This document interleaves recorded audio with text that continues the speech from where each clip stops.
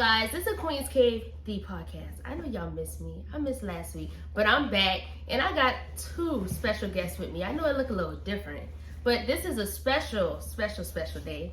It's Father's Day, so happy Father's Day to all the fathers out there. Two special guests. I have Reggie Wright, Rick dad. And Javon Smalls, her uncle. All right, now you see what I'm doing here? Check in. But today we're talking about Father's Day. So people don't realize the power of a father and how much it's important for a father to be, or even a role model, because some people don't have fathers in their life, right? So to have a father figure in their life, just talk about what it means to be a father. We can start with Javon. Being a dad is like I said, great inspiration to more than just your children around, everybody in the environment who actually looking and seeing how you act with your child and with other children that you encounter. To me, a father is a support, guidance, a teacher, and just someone just to try to image yourself after. I like that, Dad. Well, that's my younger brother, so I've been in the father business a little longer than him. So a father is, like he said, you want to support your kids as much as any kid that come in contact with you. You want to leave your fingerprint on them. Good values, integrity. To be if it's a young lady, be a young lady. Stop trying to be too grown. If it's a young man, you stay in your place. You a man until you got to go through steps and process. I like that as well, and I like how you said when you're a lady, be a lady. But Dad, talk about, because we're going through that now. Your kids are getting older. How has that been for you? Because before it's just like we kind of listen. Now it's kind of harder. How is that pivot? Well, you know what? You're right.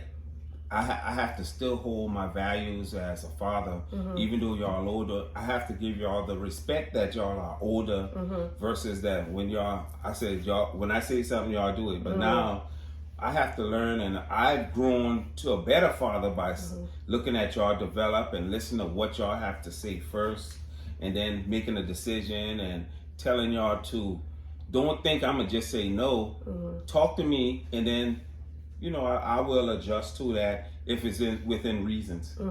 Okay. And Javon, what are you looking to instill in your daughter? Because she's only 7, 8. First, we gotta give them to listen. Oh. Then we can move forward. But no, on a real tip, like you said, you want to give her something to image the male figure after, because she's gonna be looking to select a male in her life. Right. So you want to give her something to look forward to picking from. Pick someone like your dad. That's what they always say. And they always have a tendency to pick someone after whoever father figure or male figure in their life. They have a tendency of picking a male in that aspect. So it's more than just being a dad or giving her some guidelines. It's more than that. You just gotta kind of make something for her, give her an image to look at, paint a picture. Yeah.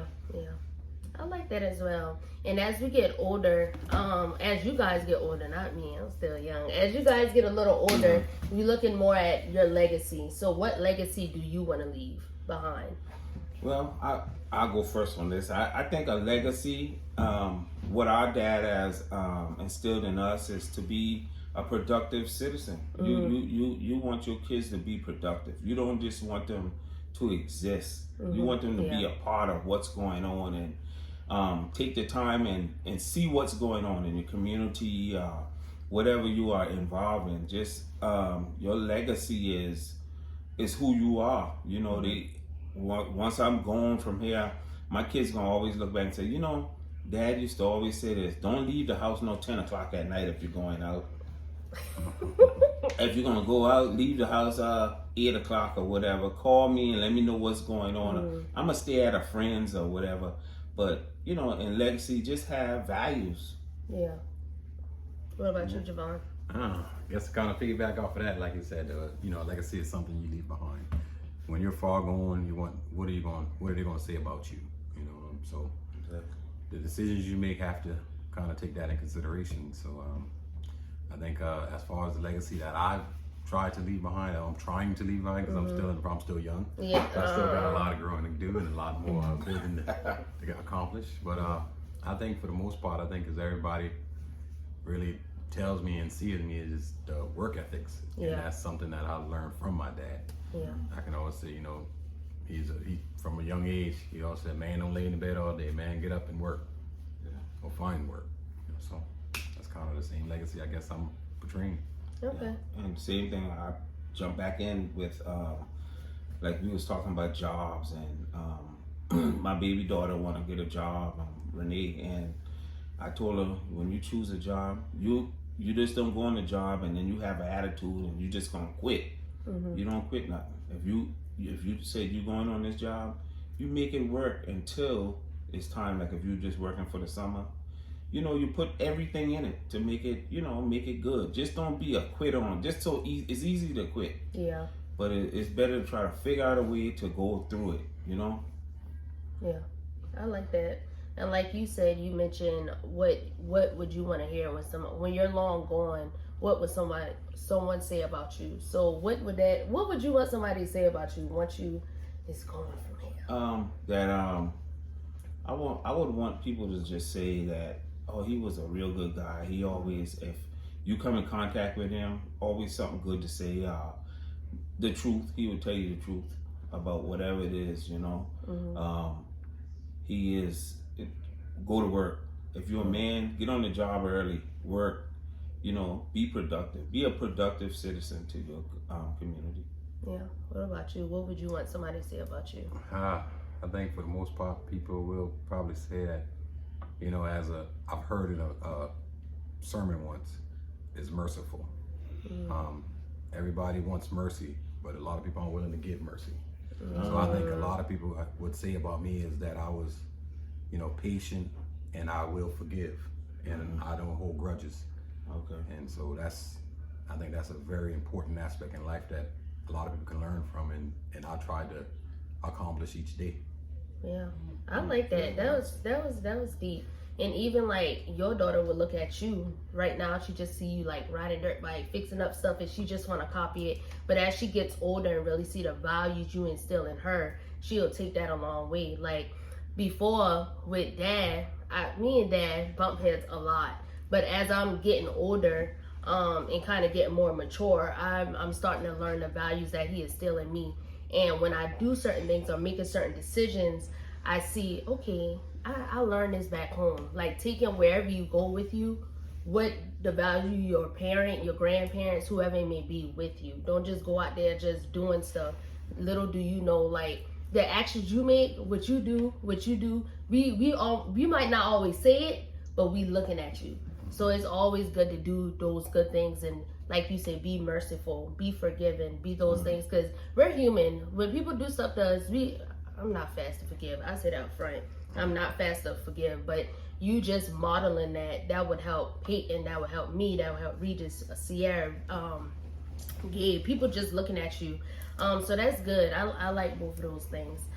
Just pivoting a little. So June is Men's Health Month, okay? So I'm going to read a statistic and just tell me your thoughts and why you think that is. So 84 men a week take their own life, and 75% of all suicides are men. What's your thoughts on that, and why do you think that is? And so this is mental health. Yeah, June. So mental health has become serious. You know what I'm saying?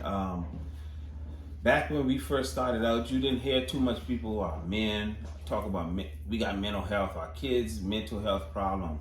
Is because back then, you know, we didn't know how to identify it and things like that. So now that we learning more and more about it to identify, men has come to terms with that, and I think a lot got to do with them trying to be a better man. Sometimes they don't feel like they come up to the level they're supposed to be at, or they're not where they should be, or they working on this. And in today's society, it's hard to just be on a job, or be working, or being productive, or trying to cover grounds that, you know, you want to cover ground, and never let taking care of your kids and taking care of a home and just maintaining.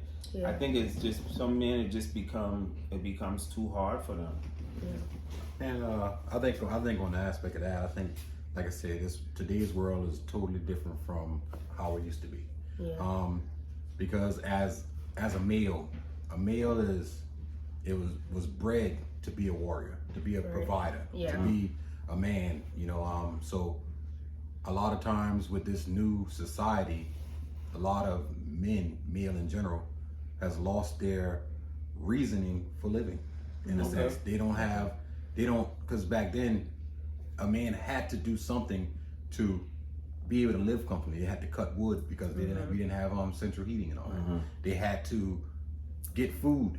They had to do something. There was always something for a male to do, and women did it as well. That's right. But nowadays, everything is so easy. It's so easy to obtain anything. Even if you don't have a job, you can get food because there's so many assistance programs, which we are thankful for, but it has weakened the male society in a sense. Yeah. So now, when you say mental health, and a lot of people falling victim to that, and I think is the reasoning now for you have more idle time to allow the devil to enter the mind.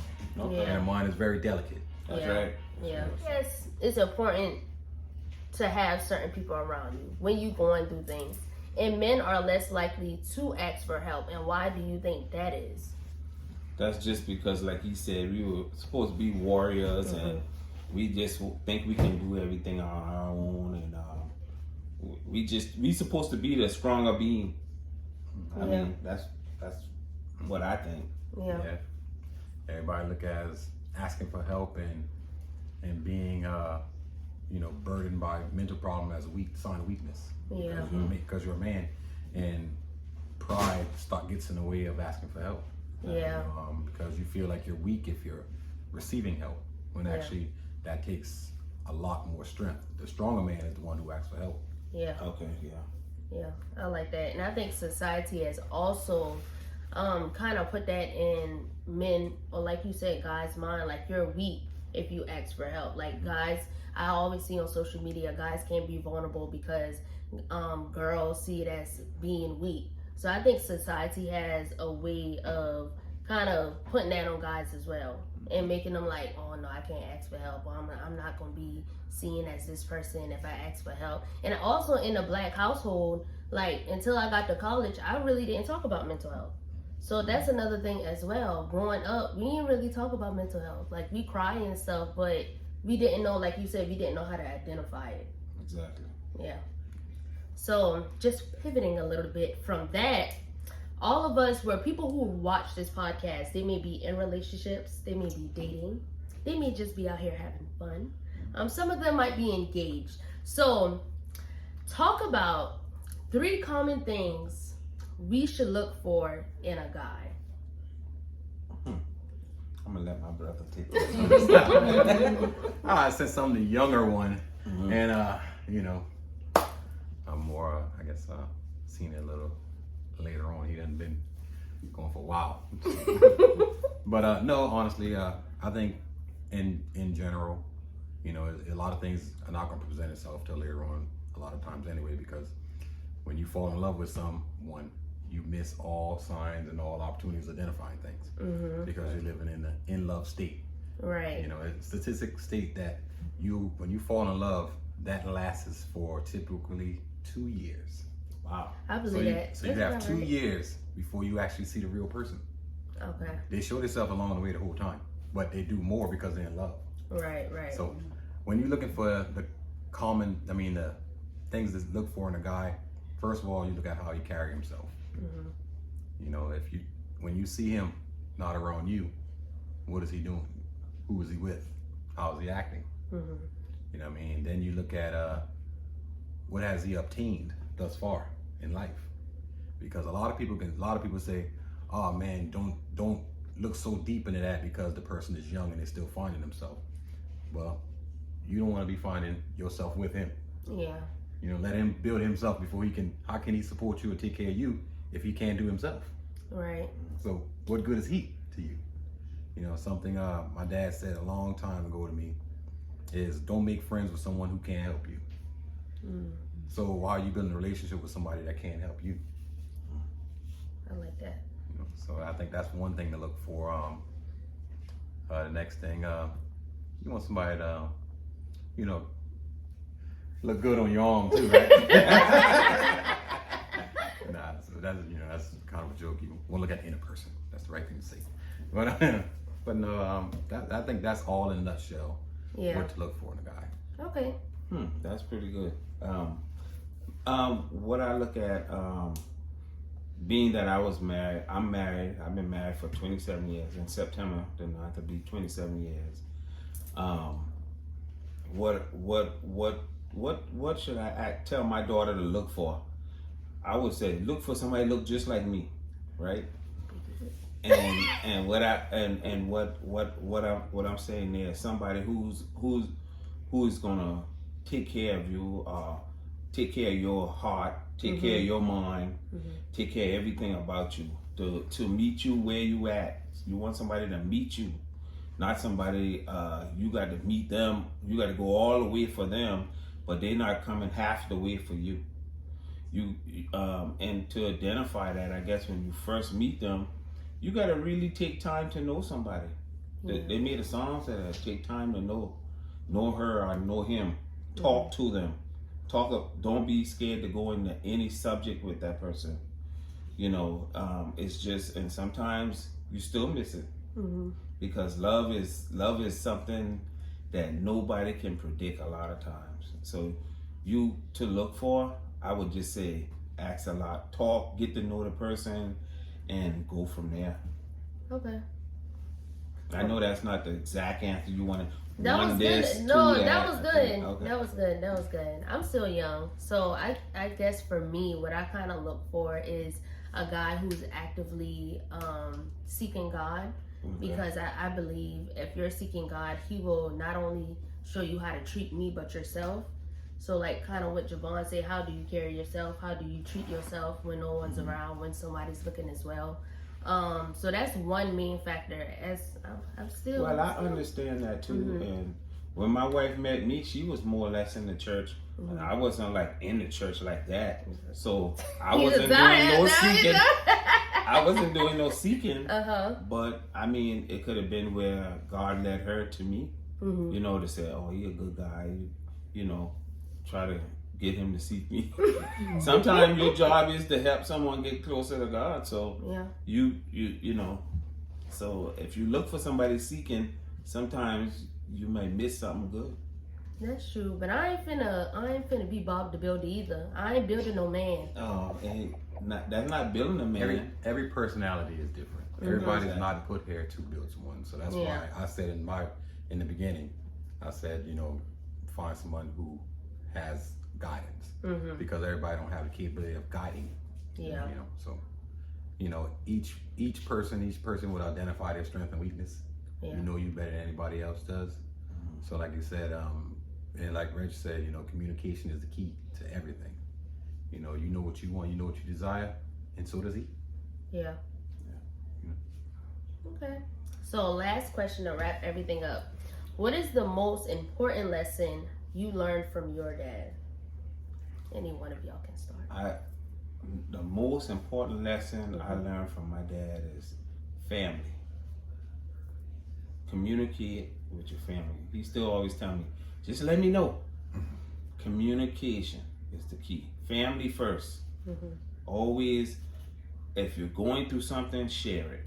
And that's his main thing. And sometimes that's my weakness, is sharing things.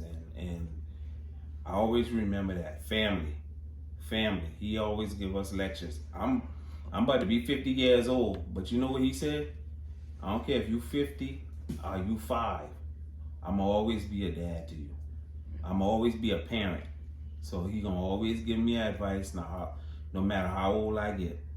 So my thing is to always be in a position and keep communication with y'all and us on a good level. Sometimes it get rocky, but we should always be able to talk to each other. And my thing is to just be family first, you know. Okay. I think the biggest lesson my dad taught me, be a man. You know, stand firm say what you mean what you say. You know, just be what you're intended to be. Is what God would like you to be. Yeah. You know, so I think that's the most important lesson, because I look at him and, you know, of course, we all are human, and a lot of things everybody do that you really don't care for, but in the essence of it all, if he tell you something, he's gonna do it. And if you're doing something, he's gonna tell you. So, Yeah. you know, so I think that's a big thing, you know. Yeah. And I like those. I think for me, Daddy done taught me so much lessons, but I think the one that I stick to and I carry with myself, and it became a part of who I am. If I'm gonna do something, do it full out. You just can't half-ass. You can't half-ass stuff. If you're gonna do it full out, whatever it may be. Not having a scared mentality. Even though you may be scared, don't go in it being scared. So if you're gonna do it full out. I think that's the biggest one I've carried on with everything I've done. Okay, yeah, I like that. Any last thoughts? I'd like to thank you for allowing me to be on this, you know, this woman's channel. Thank you for inviting me, and I hope that we were able to share something that's good. Yeah. And we look to see it broadcast. Might have you guys again. You know, I'd love to be a part again. Thank you guys for joining us. We'll see you next week. Peace. Peace.